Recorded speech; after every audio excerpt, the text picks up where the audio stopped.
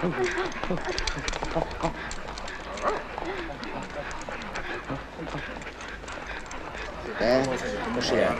Repubblica Sociale fu un incompiuta, per quanto mi riguarda. Un incompiuta sia a livello ideale che ideologico, ma credo di legge.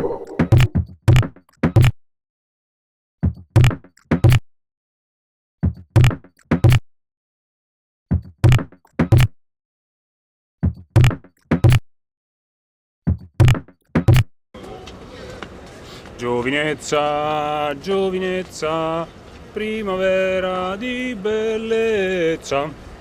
Vincere, vincere, vincere, e vinceremo in cielo, in terra e in mare. È la parola d'ordine, una suprema volontà. Una suprema volta. Leaving out elderly people, slower people, it's about building more healthy society. Yeah. No? Well, you know, they are for. It's said in Passolini's movie, they say at a certain point, we fascists are the real anarchists. And this right-wing government in Italy is trying to, you know, articulate a version of this theory.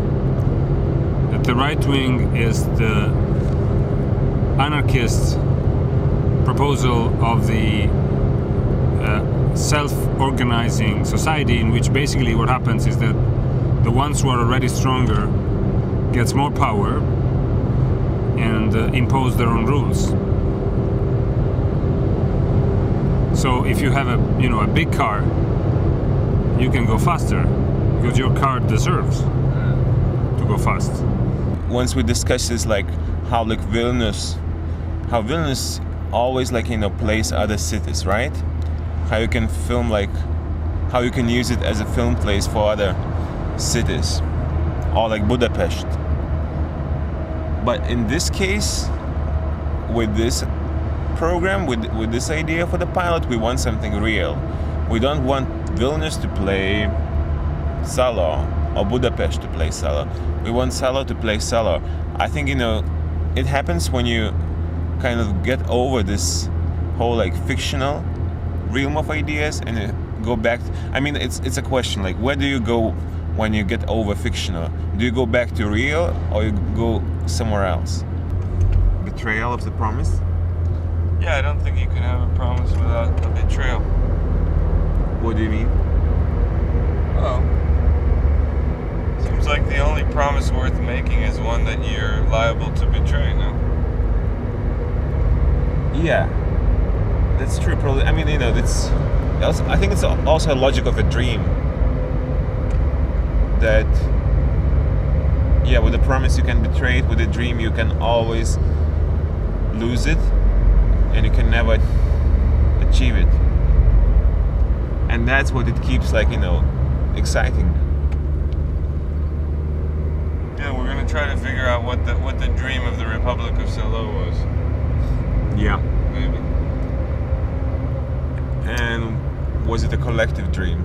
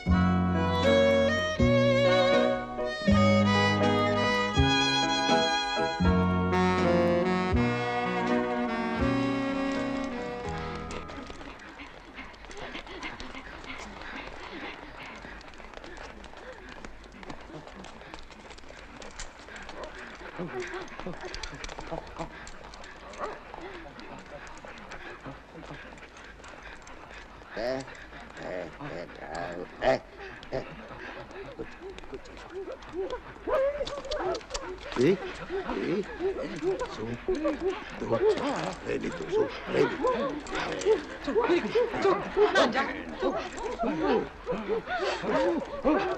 Brava. Dai, su, su.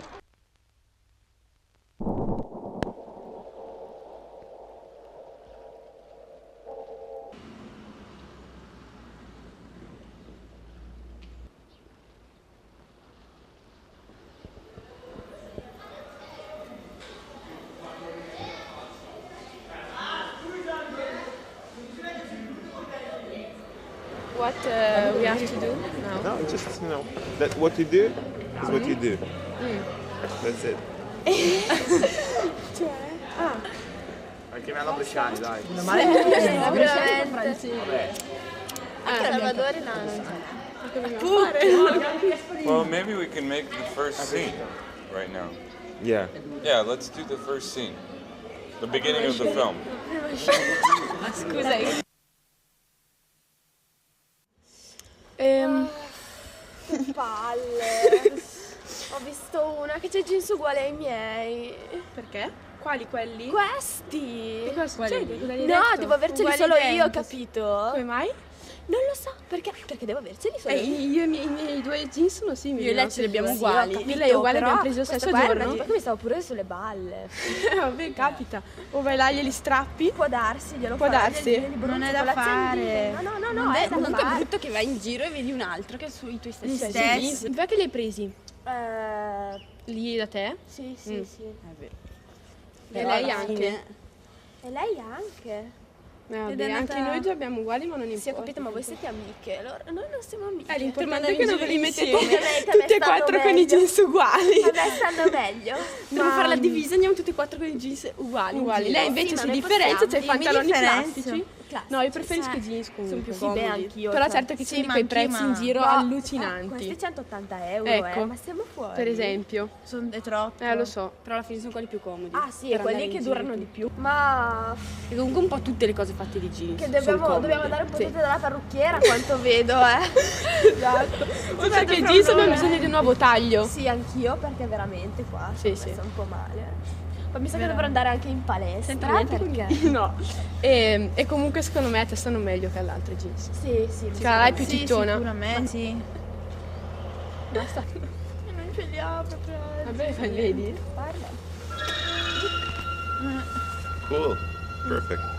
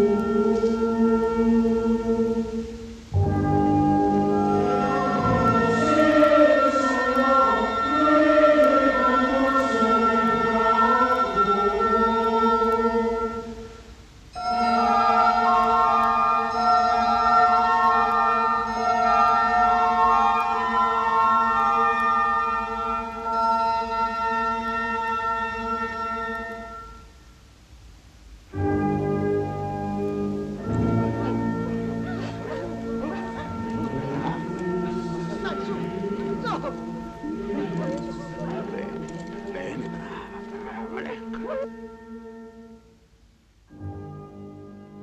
Secondo me la TV non è un ambiente pulito, ormai passa chi è diciamo raccomandato così perché ormai chi studia non ha la sensazione. Ma anche perché fare tutto comunque alla luce del sole sarebbe un po' difficile, è normale che siano tutti i programmi programmati, cioè preparati.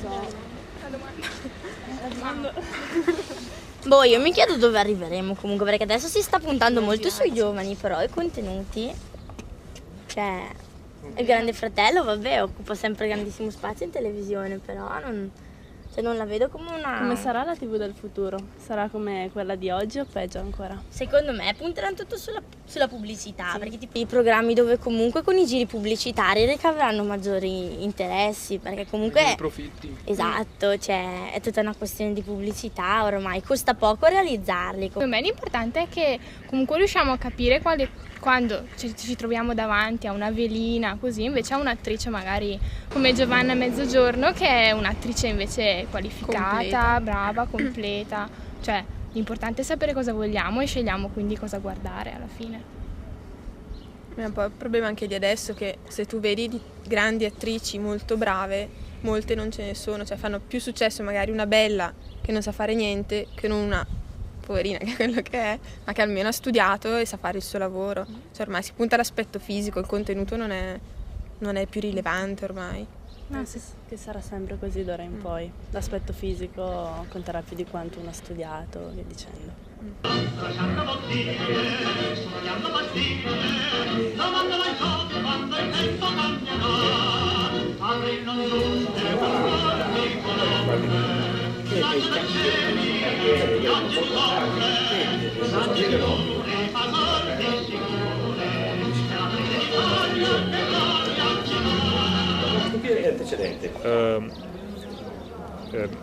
People who were at the same time socialist and strongly nationalist. Yeah. And the first theoretical, say, political statements of fascist party were pretty much, inspired by socialism. So the idea, for example, that capital had to be shared between the owners and the workers. And workers had to be, getting profits. Yeah. Was also part of the very first. But then, of course, he got an alliance with the capitalists against the socialists and the communists in 21-22. So when fascist party got into power, they were completely allied with the capitalists. Franco, ciao. Molto bene. E per quelle novità del sito web?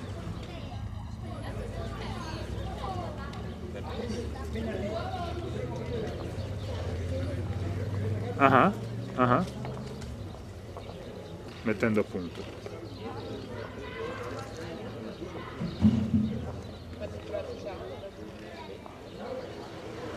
Ah, benissimo. So if you don't know what to do, if you have nothing to do, Ho capito. Da tutti gli anni. If you don't know what to do, if you think that you have nothing to do, benissimo. If you think that you have Benissimo, something to do, benissimo. but you can do E it allora later, per questo... if you think that you have done everything what you had to do, and now you still have to find out what you have to do, it's a siesta time. It's Salo. Sì. Sono spariti.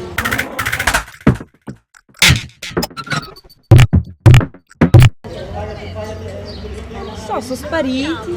There's a famous sentence that Mussolini used to say, that is, cinema is our strongest weapon. Okay.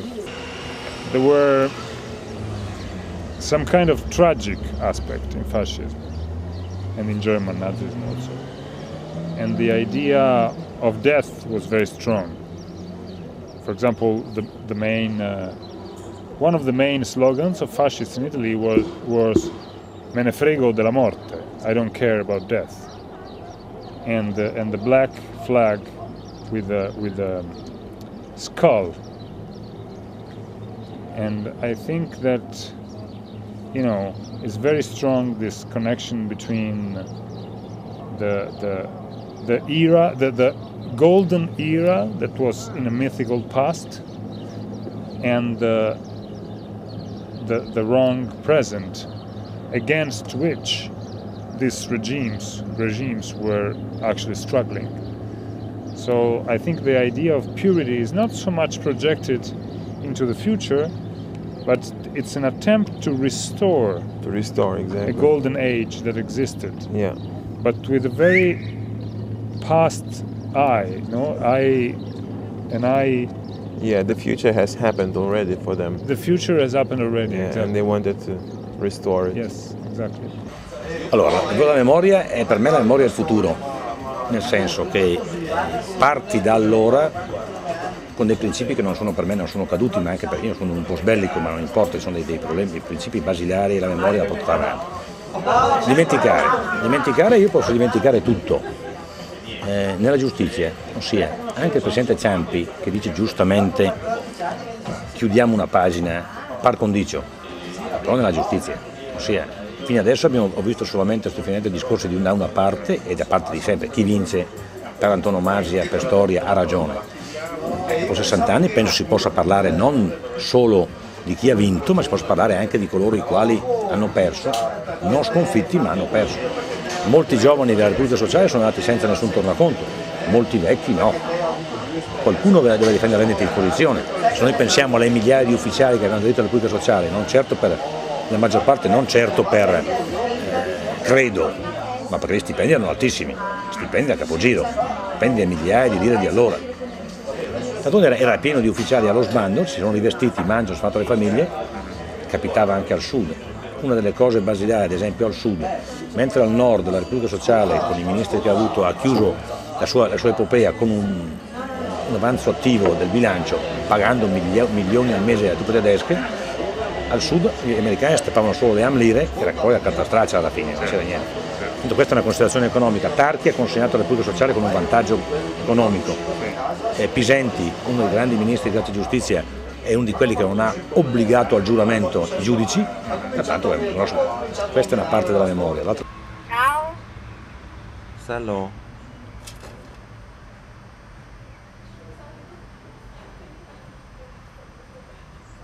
Ciao. Passolini. So what about futurists? That's a very interesting also issue. Well, I think that futurists have a sort of an autonomous cultural role in the tense. So between 1909, 1910, and the beginning and the actual beginning of fascist regime, and they were, an outpost of capitalist enterprise and new production means and methods, and they were exalting the war. And there is the connection with fascism, because the war was seen as, Marinetti was saying, la guerra is la sola igiene del mondo, is the only hygiene for the world. But because the war somehow was an accelerator of production. So it was something that would enormously increase industry productions with weapons, cars, whatever. That was their fantasy, of course. And but then when it came the real fascism, the real regime, the futurists were very much in a shadow. So the association between futurism and fascism was only in the very beginning and was related to on nationalism again and on this exaltation of the war. Did any of the futurists turn into totalitarian aesthetics? Totalitarian aesthetics? Yeah. Well, the main or most important artists, futurist artists. Well, Boccioni died in 1917 in the war, during the war. Right. Balla and Russolo became very marginal figures in the 20s and 30s. The only one who had some political influence was Marinetti. Yeah. But he was more institutionalized, and somehow the fascism created some kind of aura around this character, but also basically put him in the condition of not disturb the culture of the regime too much. And of course all the connections between the Italian and the Russians that were very important in the 10s, in the first years, were completely...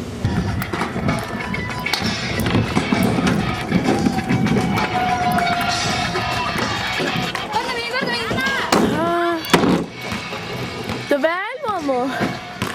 Però la memoria tu la vedi come il mantenimento di un valore ideale che è proiettato verso il futuro. Cioè come una cosa che comunque varrà per... La Repubblica Sociale fu un'incompiuta per quanto mi riguarda, un'incompiuta sia a livello ideale che ideologico, ma anche a livello di leggi.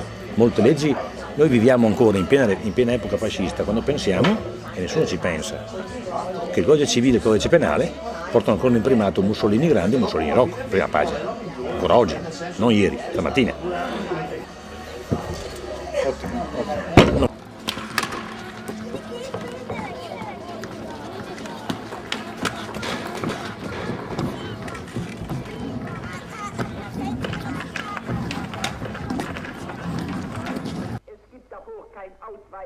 Es sei denn, das deutsche Volk, dessen sich die primitivsten Stämme Afrikas schämen müssten.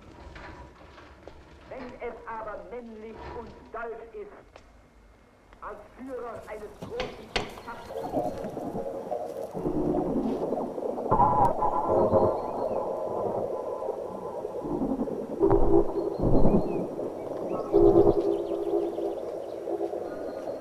Mangia, tu, mangia. Qua? Mangia. Tu, mangia. Mangia.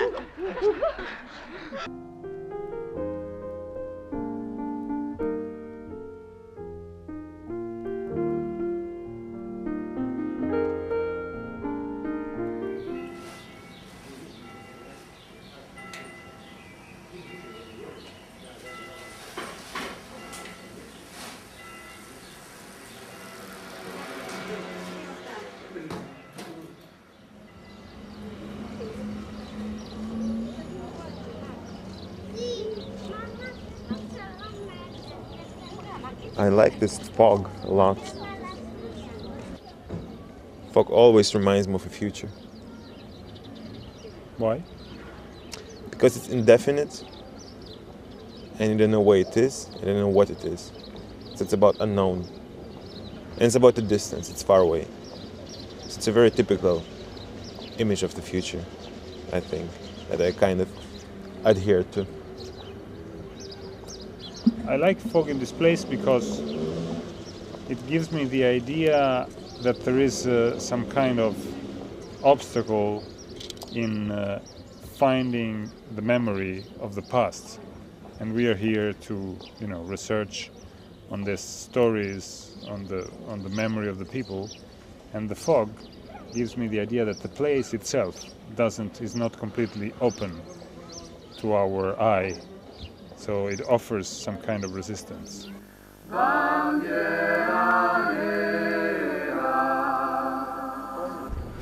Yeah.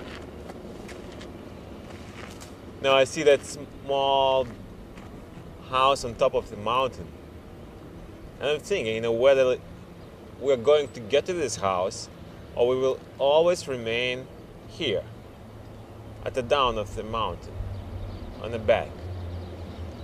And if you put enough effort, and if you just get smarter, we can get to the top of the mountain. And what do we need for that? We don't need home video in a home video quality. We have to make home video in a TV quality. And that's an issue. That's a task, We have to. Well, we can do it together, you can do it on your own. I feel that, my presence here is to help us to make it a better product. You know what I'm talking about. I'm not happy with this, when you try to mix all the genres. Yeah, but the whole idea of adapting Salo the film for television was to try to reproduce this moment of giving the image of the unwatchability of things, And then you film this dead dog. I think it's it's such a genre cliche to film a dead dog with the flies flying above him. You have to find a different type of unwatchability. 21st century unwatchability. What Come would on. the 21st century what could there be a television that's unwatchable? What would it look like?